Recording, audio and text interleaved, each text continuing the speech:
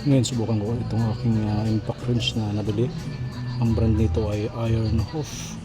Subukan ko ito kung nakakabaklas talaga ng tornilyo dito sa aking motor, dito sa panggilid. Ikot natin. Ito yung balik, ito yung adjustan nito. Ito. So ikutin natin kung paano ang pindutin kung para sa pantanggal. Ito pang higpit. So pindutin lang natin ito.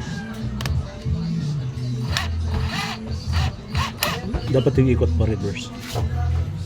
So ngayon try natin. So ito ang size nito 17mm.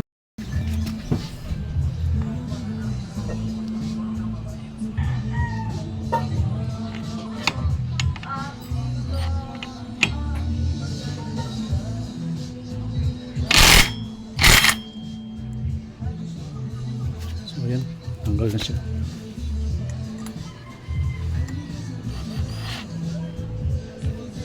So good pala tong Iron Hoof.